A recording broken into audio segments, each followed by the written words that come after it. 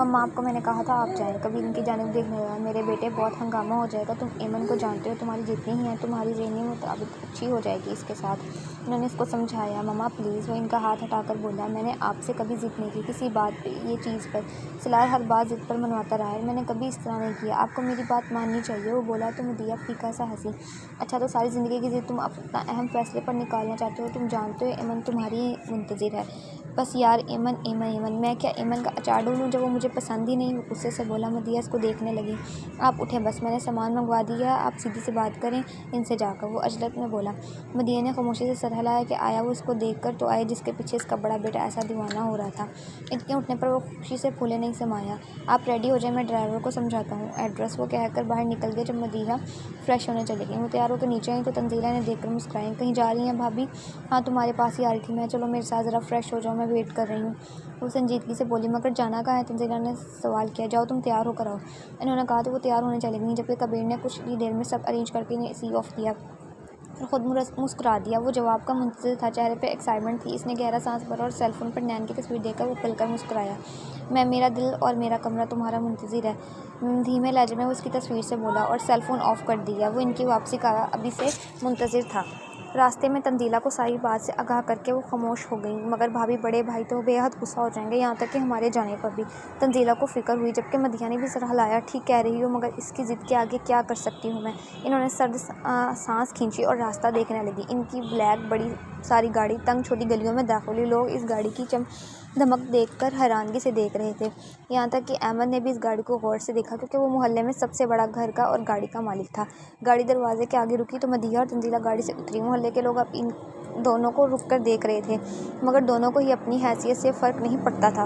वो दोनों खामोश खड़ी थीं कि ड्राइवर ने दरवाज़ा बजाया और नैन ने दरवाज़ा खोला। सामने गाड़ी और दो औरतों को देखकर वो एकदम ठटकी, जबकि पूरा मोहल्ला पीछे से देख रहा था। वो एक देख सीधी थी, वो देख सकती थी। अस्सलाम वालेकुम बेटा, मैं मदिया मुर्तज़ा हूँ, आपकी अम्मी से मिल सकती हूँ? इन्होंने बढ़कर इसकी हैरान सूरत को देखकर कहा। जी अंदर आए, नैन बोली और वो दोनों औरतें अंदर आ गईं, जबकि ड्राइवर ने सारा सामान उठाकर अंदर रखा। नैन ने हैरत से सामान को देखा। तंजीला ने मुस्कुराकर मदिया को देखा। बहुत प्यारी है भाभी ये बच्ची तो, वो बोली, मगर आवाज़ धीमी थी। मुझे तो यही लड़की नैन लग रही है। मदिया भी मुस्कुराई और दोनों ही सहन में खड़ी हो गई। नैन ने दरवाज़ा बंद किया और इन दोनों को देखा।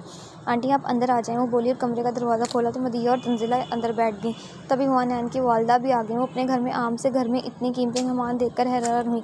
कैसी हैं आप? मदिया मुस्कुराकर बोली। इन्होंने भी मुस्कुराकर जवाब दिया, अलबत्ता हैरान नजरें थी। चलो मैं पानी लेकर आऊँ, इसकी माँ ने कहा तो वो स्याह लिबास में उस छोटे से घर में नगीने की मानद लग रही थी। सर हिलाकर पलट गई।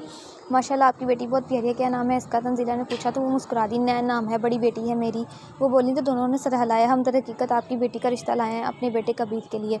मेरा बड़ा बेटा कबीर मुर्तज़ा माशाल्लाह इससे इस्टेब्लिश है, मदिया बोली तो अंदर पानी लाती हुई नैन वहीं रुक गई, जबकि इसकी वालदा ने गहरा सांस भरा।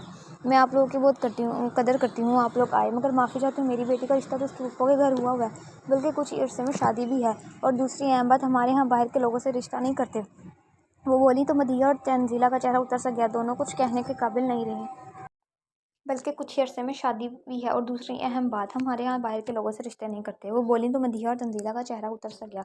दोनों कुछ कहने के काबिल नहीं रहीं। चलें ठीक है, माजरत चाहती हूँ बहन, मालूम नहीं था हमें, मदिया ने कहा तो वो मुस्कुरा दी तो वो दोनों उठ गई। नैन बाहर पानी लिए खड़ी थी। मदिया ने इसके सर पर हाथ रखा और बाहर चलती गई, जबकि सारा सामान यूं ही सेहन में। तो नैन के वालदा ने भी कहा कि ये सामान, तो इन्होंने नैन के सर पर हाथ रख कर मुस्कुरा दी। कुछ नहीं होता, हम तो आते हुए कुछ लेकर ही आते हैं, कहकर वो सहूलत से चली गई, जबकि वो दोनों माँ बेटी हैरान खड़ी थी। पीछे नैन सोचने की कोशिश करती थी ये कबीर मुर्तज़ा कौन है,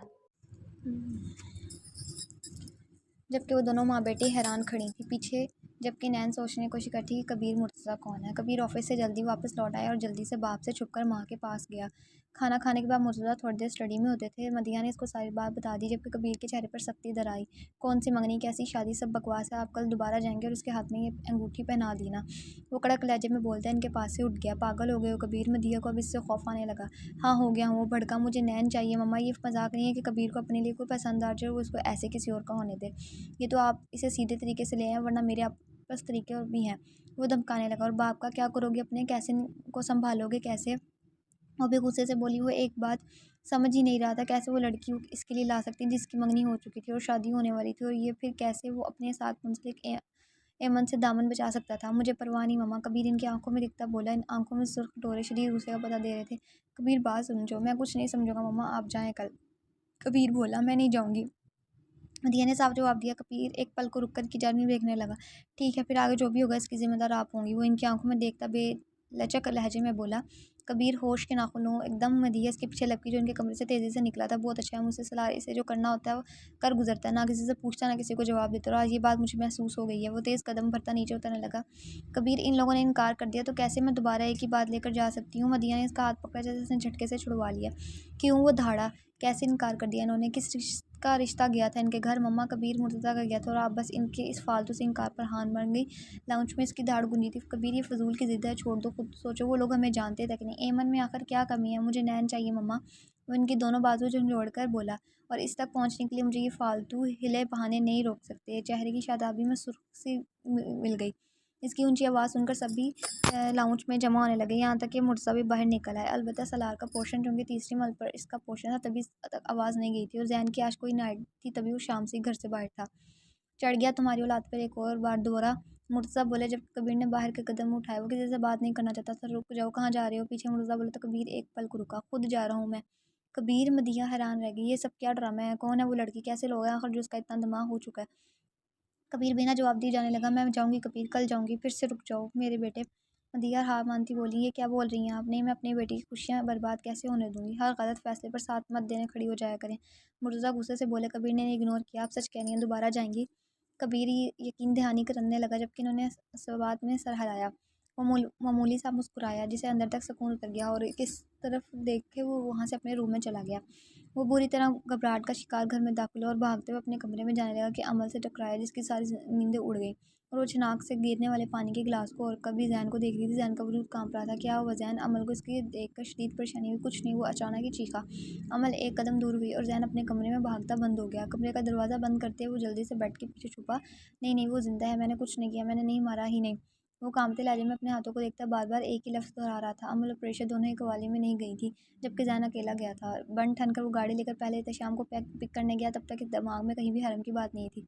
जबकि एहतशाम ने इसको दोबारा से ब्रेन वॉशिंग करके इसे एक दो वीडियोस दिखाई जो उसने सहूलत से देखी। और उसके बाद जैसे कवाली में 1 घंटा जैन का गुजारना मुश्किल हो गया। एहतशाम ने इसकी तवज्जो हरम की जानिब कराई जो अपनी दोस्तों के साथ आई थी। वो गरारा शर्ट में बेहद हसीन लग रही थी। जैन की आंखों की चमक में इजाफा हो गया और इसने मुस्कुराकर हरम को देखा। हरम की भी निगाह इससे मिली और इसकी निगाह जल्दी से फेर ली। अपने दोस्तों के साथ बैठी थी, तभी इसके पास एक मुलाजिम आया जिसने इसको कोल्ड ड्रिंक सर्व किया और वो इसके कपड़ों पे गिर गई। हरम ने वहाँ एक्सक्यूज़ वहाँ से उठकर वॉशरूम की तरफ गई। तभी एहतशाम भी उठा और इसने जैन को अपने पीछे आने का कहा। जैन एहतशाम को रोकना चाहता था, मगर अजीब दिमागी हालत हो गई थी। वो गलीज़ वीडियो देख के कि शैतान इस पर बुरी तरह सवार हो गया और वो दोनों हरम के पीछे चल दिए। हरम ने जैसे इन दोनों को अपने पीछे महसूस किया, वो भागने लगी। एहतशाम ने इसको जकड़ लिया। जैन जैन बचाओ मुझे, जैन तुम प्लीज़ ऐसा नहीं कर सकते। हरम को जैन के सिवा कोई नहीं देखा था। एहतशाम के बारे में अक्सर ही सुनती रहती थी कि वो अच्छा इंसान नहीं है। एहतशाम छोड़ो इसे, जैन ने सख्ती से कहा। और पागल, हाथ लगा मौका ज़ाया नहीं करते, दरवाज़ा खोल क्लासरूम का। वो बोला। जैन ने इसे आज़ाद करने की कोशिश की, मगर एहतशाम ने एक ना मानी और इसे लेकर वो जैन को धक्का देकर क्लासरूम में बंद हो गया। तू पागल है, ये ज़िंदगी का मज़ा है, बेवकूफ़, मैं इसका दिमाग सेट करता हूँ। तो एहतशाम ने इसको कहा और जैन का दिल डूब सा रहा, जैसे कुछ गलत होने जा रहा। नहीं एहतशाम, मैं ऐसा कुछ नहीं करूँगा। इसने दरवाज़ा बंद होने से पहले ही हाथ अंदर दे दिया। हरम की आस भरी नज़रें इसका दिल काट रही थी। वो तो इसकी पसंद थी, वो अपनी पसंद के साथ ऐसा नहीं कर सकता था। एहतशाम ने गुस्से में जैन को धक्का दिया और जैन डूब जा गिरा, जबकि इसने दोबारा दरवाज़ा बंद कर लिया।